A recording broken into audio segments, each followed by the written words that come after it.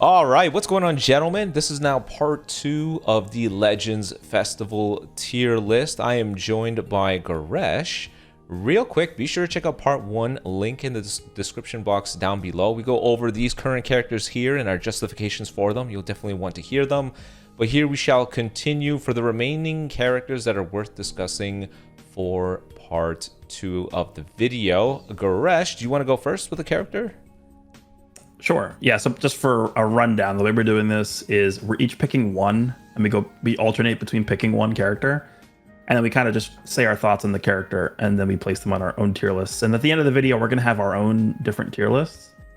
I guess we'll tweet our own tier lists out, because I guess people aren't going to see like our respect. I guess people aren't going to see mine, because it's going to be over on your part.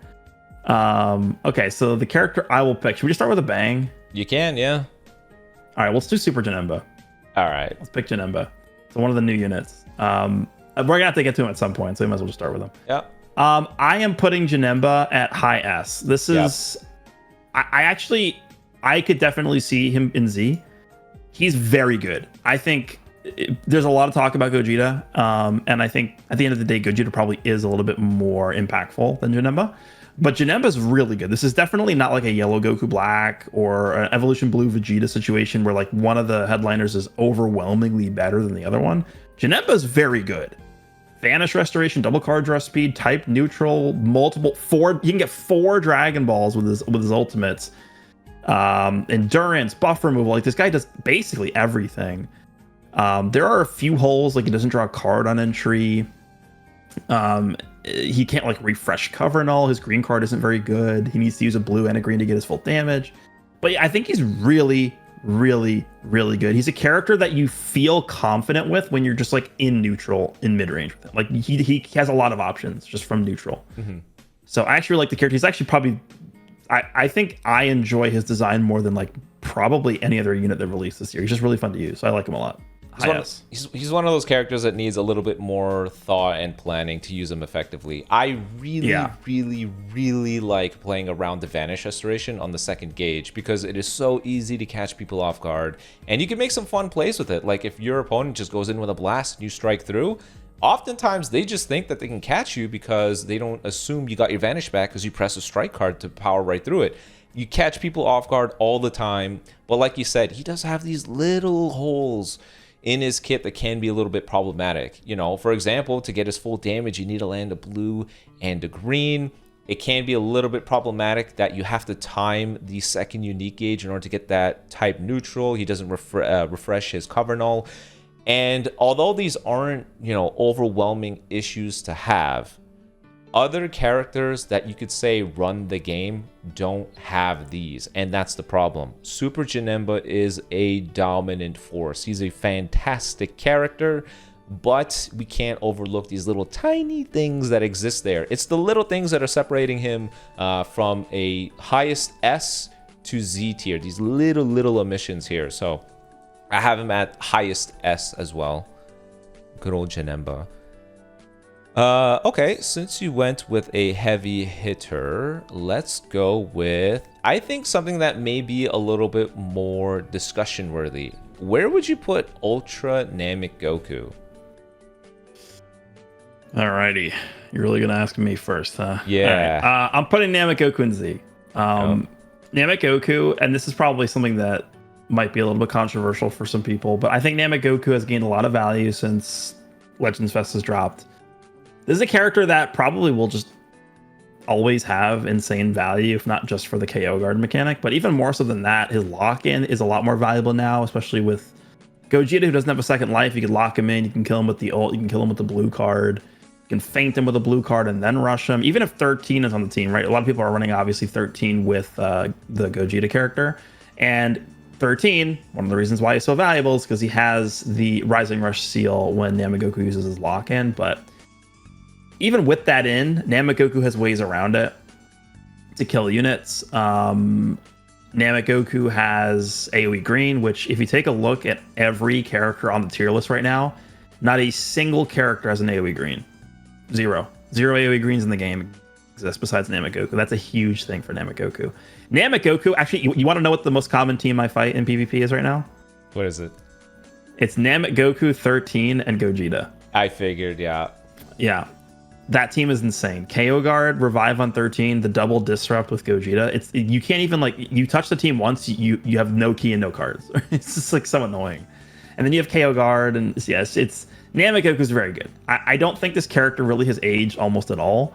And to me, this is an easy Z tier character. Yeah, I think what really brought people, looking back to Ultra Namek Goku is the fact that they want to protect their Gogeta. Gogeta not having anything to really help him from significant heavy moves is why people went back to Ultra Namek Goku's KO Guard. I think this is a mechanic that will just age forever. It is just way too good. And once people start overlapping, Gogeta with Namek Goku and 13 in the leader slot with the easy bench, because Ultra Namek Goku's Ultra abilities for Saiyans, which is the most diverse tag ever, you can see why this guy, rose back to stardom. The lock-in is powerful. All that killing is powerful. The green card abundance that he can get, like you said, AoE green is one of the only characters to have it. You just can't go wrong. 13 and Ultra Namek Goku it feels like what Pan and Future Gohan used to be, where they would just be used to juice up any team. Or the Saiyan Saga Blue Goku and Ultra Namek Goku. He just got replaced by Android 13. Now that we got a more movie saga centric setup here, because now that 13 can be ran with Gogeta. 13 has access to much better defensive equips, so the team just synergizes perfectly. Access to great equips, double support, really powerful team, disrupt. They got the whole shebang. That is a crazy setup.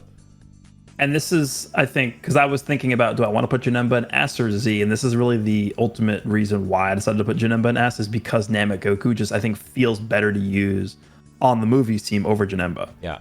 So he kind of takes Janemba's spot on that team, which kind of hurts him a little bit. But I really like Janemba, but Namek Goku, I think, is just a better fit for that team right now. Yeah. All right. Over to me, huh? Let's go with an LF. Let's do Kid Goku. Yellow Kid Goku. Okay, and anyone down to the bottom. Oh, the same thing just happened to me. Damn it. I picked him up and he disappeared. Yeah, this is actually tough because Kid Goku is so insane on the DB team. The problem is no one else is on the DB team. Yeah. Like, it's kind of just him. I think I'm gonna put him high A. Okay. I think is where I'd put him. Like, really on the cusp of A, I think is where I'd put Kid Goku. Okay. Again, it really is a team thing, and it's kind of weird to even say that because he is a Saiyan with Indestructible, and his Indestructible, unlike like Daima Super Saiyan 4 Goku, his Indestructible is not locked behind a condition. He just has it at all times. The issue with Kid Goku is his unique equipment is locked behind him being ran on a full DB setup. And then not only is that the case, but his good equips that are not the unique equip are also locked behind running him on a DB team. So he really is kind of restricted, I would say pseudo-restricted, to being ran on a DB setup, which hurts the character if the DB team is not very good. The DB team was good last season because of the boosts, right? He had like Jackie Chun in S tier, Tambourine was in S tier. The team was actually pretty fun. And obviously Kid Goku was also in featured boost last season, which he isn't anymore. But it's tough to make him look nearly as good while not being on a DB team, and that hurts him a lot. But besides that, he's still really, really good. So I'm going to put him in high A. Yeah, I'm putting him somewhere in B. I'm just not sure where. And it's for the same reasons. I think it's a night and day difference between him having those full DB equips available to him. Because if you try to run him anywhere else without them, you can feel it. The character just doesn't feel like he does the heaviest of hits anymore. Doesn't feel like he tanks that well either. I think he is the biggest victim of the DB team just falling off without the boost there. It hurts him bad. Not to say that, with the unique equip individually, he's not a good character. He just feels like a shallower version of his former self. Like, once his whole team just fell off, it also doesn't help that there are a lot of really good red characters, and they just decimate him. Absolutely decimate him. So, I'm sorry, good old Kid Goku, but it just doesn't seem like it's a meta for you. Yeah. All right, so you. My turn. Okay, we've actually picked a lot of the ones that are worth like some sort of crazy discussion. All that's left is the really, really obvious choices. All right, Gresh, where are you gonna put Fusion Zamasu? Where do you think he should go? Which one? The red one. Where do you think Fusion Zamasu should go? Yeah, easy. Yeah. Think, Fusion Zamasu. Actually, you know what? You can go first if you want. No, I was going to say, I think for me, he actually probably is lower, on the lower end of Z. I wouldn't actually have him like upper Z. He's obviously insane, but we're now at a point where we're starting to get these characters like Gogeta who just do so much damage that this guy not having like a second life mechanic or buff removal actually does hurt him a lot. That doesn't mean he's not good. His offensive power is insane. His defensive gauge, when it procs, seals rushes, reduces your key, destroys your cards. So he's got good disrupt effects, but him not having a second life or a buff removal effect actually does kind of hurt. And especially when you want to compare him with a character like Gogeta, who, when you're fighting Gogeta with Zamasu, and you're also using Ultra Zamasu, because typically when you're running this guy, you're also running him next to the Ultra, because that's who he's designed to work well with. Mm-hmm. Gogeta has the ability to rush your team because Zamasu, the Ultra, can swap in, but he doesn't remove his cover null because he has Gogeta's uncancelable cover null. But if Red Zamasu had a second life mechanic, he wouldn't have to give somebody up, right? Because you would just eat it with Zamasu's endurance, right? And if you had buff removal, you could remove Gogeta's endurance nullification. We'll get to Gogeta later, but we're in a position now where Gogeta was very clearly designed to work well against the double Zamasu setup, even though he's green. And so I think that hurts his character a little bit, but obviously, this guy can also enter the battlefield, press 4 strikes, and you lose the game. So he's still really powerful. Yeah. But I think he's not as powerful as he was before Legends Fest. I think the biggest thing is he's not on the featured boost, and that affects both sides of this guy's forte. So he lost the HP pool. I know some people are going to say maybe it didn't make that much of a difference, but that is the difference between him being able to take one more hit to proc the gauge and not. And of course, he lost the additional stat padding that he would have had. So every time he triggered the offensive version of the gauge, he hit that much harder. So that is what some people are probably going to be feeling, but he's still a beast. My goodness, that unique gauge, that unique equip did exactly what this guy needed. I mean, he has the additional stats so he can actually sponge the hits. He now has a cover null on entry with the card so he can actually fill the gauge more comfortably. He may not have offensive neutral, but the stacking of the opponent taking more damage just matters so much. And a big thing is, this guy also reduces health restoration, which has actually caught me off guard a few times when I go to a character with a second life and I think I'm going to be okay, and he can just hit me with a tap attack. That's actually pretty valuable stuff because we have a lot of characters with a second life right now. Super Saiyan 4 Vegeta, Super Janemba, Gotenks, Future Gohan, even Frieza. A lot of these characters are going to have that endurance, and if Zamasu can just comfortably combo them down, a lot of people often forget he hurts health restoration, and then they'll just go to their endurance with what? 1 health, and he'll just pop them right there and then. So the little tiny faults that are in his kit are not the overwhelming biggest things, but some characters that exist in the meta are able to exploit them now, so it does hurt him a little bit. But cover null off the unique equip is just so much value. This guy can just comfortably rush Ultra CMZ, so he's a dominant force, but there's a couple chips in the armor. He's starting to feel the other meta characters catching on now. Yeah. How back do you want to go? Do we want to talk about Spirit Bomb Goku? I feel like he should be a unique case just because of the... How about we go far back as boost campaign relevant characters? So I think he would be the furthest back we would go.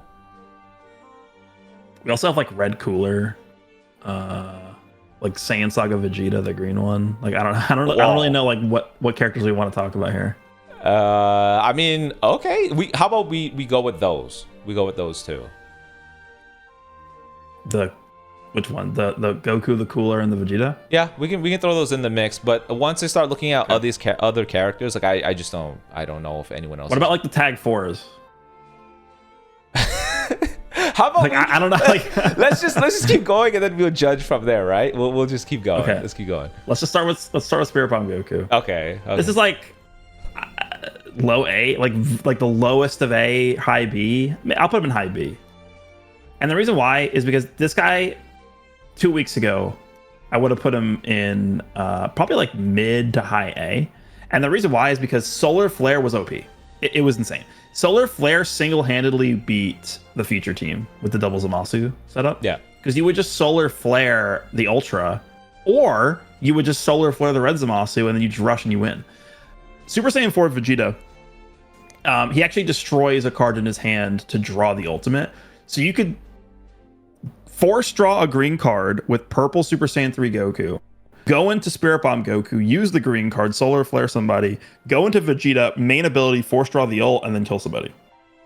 So it was, GT was set up in a way to where they were essentially like pinpoint assassinate one of the Zamasu characters. And it was almost always a thing. Like, I don't really see a lot of people, but back then I didn't really see a lot of people talking about that, but GT was ridiculous. GT, I think, was like very favorable versus that powerful opponent setup because, yes, normally what would happen is you rush and the opponent goes to Fusion Zamasu, and if they didn't have their counter ready, they would just go to 13. And at the end of the day, you would rush and no one would die. But with GT, the Solar Flare really is kind of what allowed you to just kind of punch through the team. So the Solar Flare was really, really good. And the fact that you don't really see the Ultra Fusion Zamasu setup as much anymore, I think kind of has allowed this Goku to lose a little bit of value. Because if you use this Goku and you run into Green Gogeta, he's not going to be very good. Yeah. So I'm putting him in high B for now. High B. Oh, okay. I was gonna put him at the lowest A for the same reasons that you said. The Solar Flare and whatnot, which is something that you recommended to me for the World Tournament, which was helpful. Yeah, but yeah, we did some coaching. Well, it was more like we were spitballing ideas because I was like, oh crap, I gotta make a bunch of teams. I forgot about this. Yeah, but he has value on those fronts. When you think about the mainstay GT lineup, he's going to be that character that you go with. But like you said, Gogeta exists, and honestly, I think Gogeta's Fusion Wombo combo is the strongest Wombo combo in the game. So you use a blast tag switch, fuse green, and then you just spam out cards. I genuinely don't know who's going to survive that kind of combo, and I can guarantee you it's not this Goku. The lower damage card numbers are definitely showing themselves, and even though the character has some pretty good type neutral, Gogeta has the anti-endurance. Even somebody like Fusion Zamasu is able to do damage to this Goku because of the stacking, but he also has the health restoration debuff, so Goku can't really leverage so much of the healing per arts card taken and the damage at the end of the combo and stuff like that. So I feel like he has some value, still second life debuffing character with support, and on the main GT team, you're going to be using him, but that's more of like... That's because it's all GT has. The best GT lineup, that's pretty much all you got, right? That's pretty much it. So it's more for that. So I'm going to put him at the lowest of A. There's a lot of red characters out in the meta too, so I guess for those reasons, he could still provide a little bit of value. Though, locking in is still pretty strong. Yep. Okay, is it my turn or is it yours? It's your turn, but I don't know if you want to just go with the characters I talked about already. Yeah. Okay, let's just go with Ultra Half-Corrupted Fusion Zamasu. Okay. Well, it's a very obvious Z tier for me. Yeah, I mean, Zamasu is just a dominant force. This guy is just so damn powerful. More often than not, paralysis will win people games. It's insane that it does, but I don't know what it is. Despite us having characters in the meta right now that have, a significant amount of time where they nullify attribute downgrades under normal conditions, or somebody wonderful like 13 who on swap out will remove it for your allies, you still have that prerequisite of he needs to swap out. And I don't know what it is, but I always get hit by paralysis immediately. I don't even get the opportunity to swap out to cleanse it for other people. So Zamasu just ends up taking priority back for me or for my opponent whenever his final counter is triggered, but he does stupid amounts of damage. Dragon Ball destruction, I'm with no limit, I believe. Every blue card will continuously destroy Dragon Balls, right? If I remember correctly. I believe it's 3. Is it 3 times, or does it just keep going forever? I thought it was... Is he one of those characters that has it forever, or is it 3 times? No, it's definitely limited. It's 2 times. Okay, well, the Dragon Ball destruction is super valuable. He does a stupid amount of damage. The unique gauge is still unbelievably valuable. He does have that nice little thing where, if he is locked in, he is going to seal up your opponent's hand, which helps prevent him from just dying right away. He's a dominant force, and he's basically the best buddy to the red Fusion Zamasu or 13. You often see this guy leader slotted on a wide variety of teams because paralysis is just that strong. It really is. There's not much to say. I've had so many moments where this guy is like 0.1% HP and I'm trying to go for a quick attack and the unique gauge fills and he heals back up. I'm like, oh, great. Here we go again. I have to deplete this man's gauge in order to get that. And although he feels like a more RNG reliant character with the feint and the paralysis, those are some of the strongest RNG based mechanics that exist in the game. So one feint and one paralysis proc oftentimes can just win you the game. So Ultra Fusion Zamasu, man, Z tier for me. Mid Z tier. Beast of a character. Beast. He's like also the only purple you consistently run into with Gogeta. Yeah, there's nobody else. So he's pretty good against. I mean, I guess you want us to do Gogeta next? We can talk about it. Yeah, sure. Yeah. All right, let's do Gogeta. Gogeta's Z. I mean, I actually, like, if I had to rank this, I don't know how I would really put him against 13. Like, who's better, Gogeta or 13? Like, they're just so different. Yeah. So this is why I feel like it's better just to do a tier list this time instead of like a strict top 10 rankings. Again, I would consider this to be loosely ordered, is what I would call it. Yeah. I think I'd put it like, if I had to order it, I think I probably would do something. It's so hard to order this. Oh my god. I think I'd do. Yeah. I just want to remind everybody that we are not like, there's no strict like, oh, Z tier first placement is better than Z tier placement 2. It's more of like they're in this category and they just provide so much to their teams, or individually they just excel at something so dangerous that they're worthy of Z tier. Like, they run the show. Yeah. But Gogeta is not a very fair unit. He's in a very good position now too. Like I said, there's not a ton of like really powerful purples. Like, the only other character on our tier list that is purple is the Super Saiyan 3 GT Goku, and he's not really well, I guess Metal Cooler, but like, he's not a character you really run into that often, right? How often do you fight this GT Goku? Like, never, almost. Yeah, never. But this guy has the half HP disrupt, which is key disrupt. Really, nobody has key protection besides 13, and you have to be level 3 with 13, I believe, right, for his key protection to kick in. So it's really tough to get through that. I mean, obviously, if you're also Gogeta, you can get through it because you can just tag out of it. You can, I guess, main with 13. You can, if you're the Gammas, get through it. Cell can get through it with his key that he gets with every card he draws. But I think the best way to use that disrupt, after I've used this character for a while now, is I think you just want to stay in with the, like, even if you get PV'd with the unit and the opponent is comboing it, like, you just stay in. Like, it doesn't matter. At the beginning of the fight, you know that they don't have a rush. what are you going to do? Waste 13's disrupt early on when you could just use Gogeta's disrupt, save 13's disrupt for later, and then you could just end up getting the synchro gauge value from it. Yeah. So there's really no reason to just ever swap out of the unit in the beginning of the match, like ever. Like you just farm the synchro gauge early, have the disrupt in your back pocket for when you need it, and there's like nobody can get through it. So they're really good early game. They are reducing ally sub count by 1 every time they get hit. They actually have a lot of damage guard. It's pretty crazy how tanky they are. Yeah. Really good key recovery. The only, I guess, thing we could mention is they don't have cost reduction anywhere. Like their cards are full cost. So like they'd have like, I think it's like 19 cost strikes or something. It's like it's not the best, but.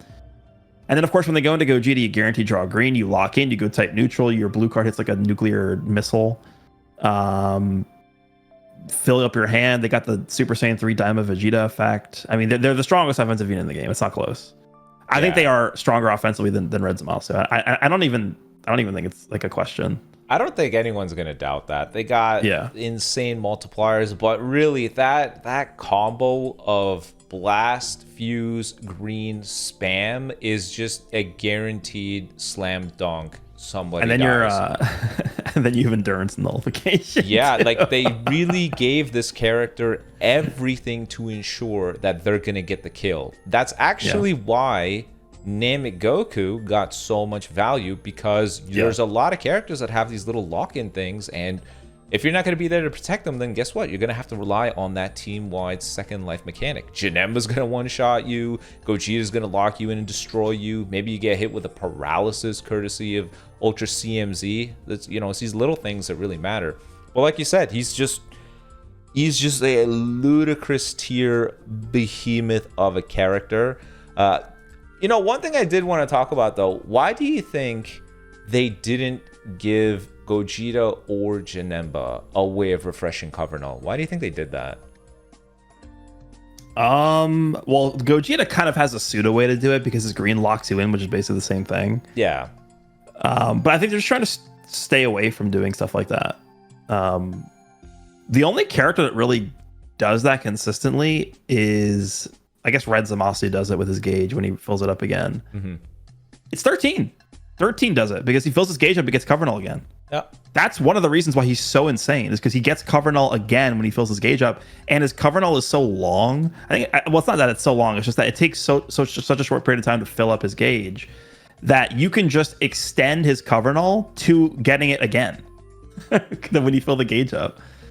So that kind of breaks their rules with the design philosophy change. But for Gogeta, yeah, I mean, and this is not a case where like, oh, Gogeta is just like so far ahead of the rest of the game, there's not even a point in running anything else. Like, this guy can get one shot. Yep. You could probably one shot this guy with red Namek Goku, right? The ultra red free to play Namek Goku could probably kill this guy with an ultimate. You probably just can one shot him if you get like in a good position. So that's a good thing about this release too, is like, it's not, I don't know, it's not like part 3 of the anniversary where like you don't have Namek Goku in full power Frieza, you might as well just uninstall the game. Like, you can compete with the Zamasus. You can compete with GT, with Super Saiyan 4 Vegeta. You can compete with a movie scene that doesn't have Gogeta, 13 Janemba, and then like just like a third leader slot unit. There's like a lot of teams that can compete with Gogeta. You don't need to have him to win. It's just, I feel like he is the strongest character individually.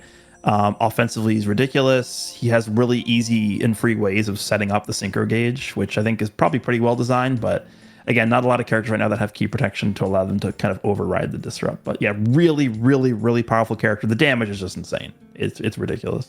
Imagine having 2 of those disrupts too. That's even crazier. Yeah. They're like, let's give him both 2. sides.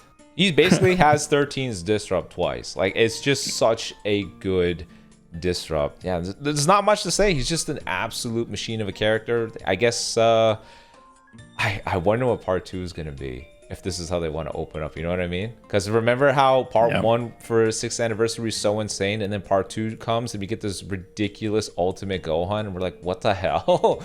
What? Just one-shotting blues, taking away Vanish, debuffing with the second life. We're like, what? Who is this guy? Where'd he come from? Imagine they do that again here, where it's like, what? Gogeta? Who? We're going to release the most dominant lock-in purple character you've ever seen. That'd be crazy. Yeah. Super Saiyan 4 Daima Goku mini is gonna be blue, but he's gonna have to have like permanent neutral or something. Like I don't know. They could make the mini like a revival purple, and then they give a unique equip to the adult Super Saiyan 4 one. Because let's be honest here, they're probably hitting themselves because they put so much effort into that character and they already power crept him. I think they should give him a unique. But they like. My thing is, if characters had their time in the spotlight, then I'm fine with it. Like Daima had basically a full month and a half of domination. Actually, no more. It was more than that because it was end of March. It was 2 months, 2 months straight of domination. And then the anniversary hit, and it's not like they fell off for part 1 of the anniversary. So Daima was like insane all the way through like June when part 2 dropped for the anniversary. So Daima had their time in the sun. It's characters like DKP, Metal Cooler, Super Vegeta, where it's like they never had time to shine anywhere. Those are the characters that really need help. And that's actually one of the reasons why I really like what they did with the Red Zamasu, because he never really had his time in the spotlight, but now obviously he does. So I think they did a good job with it. I still never understand how they decide who gets a unique and who just gets a flat buff. Oh, usage rates. Wouldn't it be the same for all of them? What do you mean? How did you find out the usage rates of this character? He's not even that old. Metal Cooler is just, he was so bad that like they had to do something. Like it was just, they weren't even close. It's, you know what? Put him in C tier, dude. Yeah, dude. The more we talk about him, the more you get upset with him. It's like, yeah, C. What does that leave us with for LFs, I guess? I don't know. Was I the one who said something last? I mean, it depends. Do you want to do Saiyan Saga Vegeta? Do you want to do Zenkai Red Cooler? Those are like the only ones left, I would say. I guess there's also the Tag Force, but I'm gonna be honest with you. If I had to list those guys, I'd put the. I mean, we could like just sprint through it. All right, Green Saiyan Saga Vegeta. I'm sorry, I'm probably gonna put in like either lowest B or C. Yeah, probably B for me. For Red Cooler, he fell to the bottom. I'm probably gonna put him. Probably at the absolute lowest of B, I guess, just because I still think that little lock-in has some value, that little quick snipe that he's able to get the free damage. Even if it's not the most tremendous damage, it is still free damage. I've seen instances where he gets supported by 13 and the damage is okay, somewhat notable. He does have the anti-endurance. Like, it's nothing amazing. I do think he's gained a little bit of value just because of Namek Goku being more around now. Yeah, that's why I'm gonna put him at B. But again, it's weird because he's a Zenkai that they powered up and they gave a few little quirks, but because he was already at the tail end when he got the Zenkai, and as the meta kept pushing forward, any buff that he got was not enough to help him catch up. Even if he made some progress, it was still too far ahead. So even now, I feel like, you know, he's probably going to get shredded. And even if he can do free damage, it may not be the most notable damage. But I mean, in a niche scenario against like Ultra Namek Goku when he has 13 supporting him, fine. So I'm just going to put him in B. And then for the Tag 4s, I'm probably going to put them in mid to high B. That's probably where I'm going to put those guys. They went to the bottom, damn it.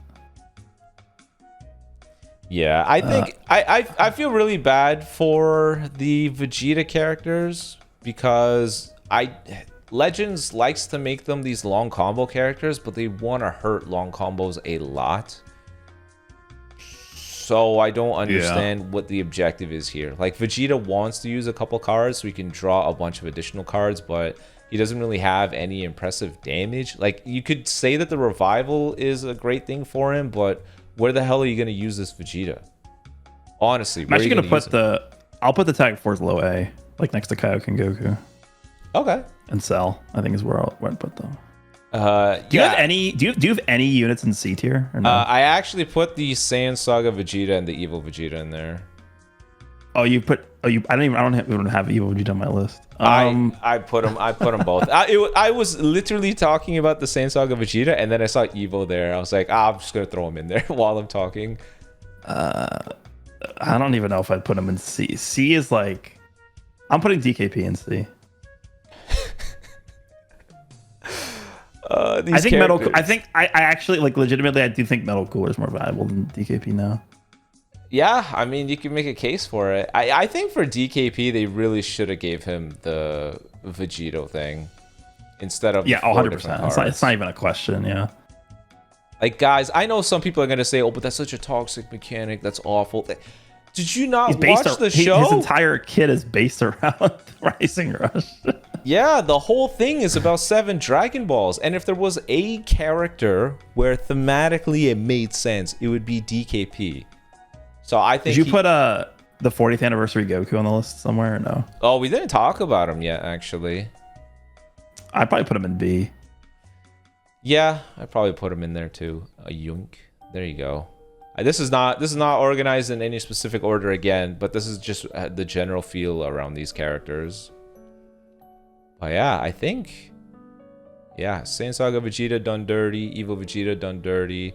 2 long combo characters that have a battle system that works against them. Evil Vegeta just takes way too long to build up, and even when he is built up, none of his damage is impressive. His tanking is unfortunately not impressive either. He has a little bit of disrupt, which I'll give him credit for, and you know, it is helpful that he's able to get his hands on you know, a green card so comfortably, but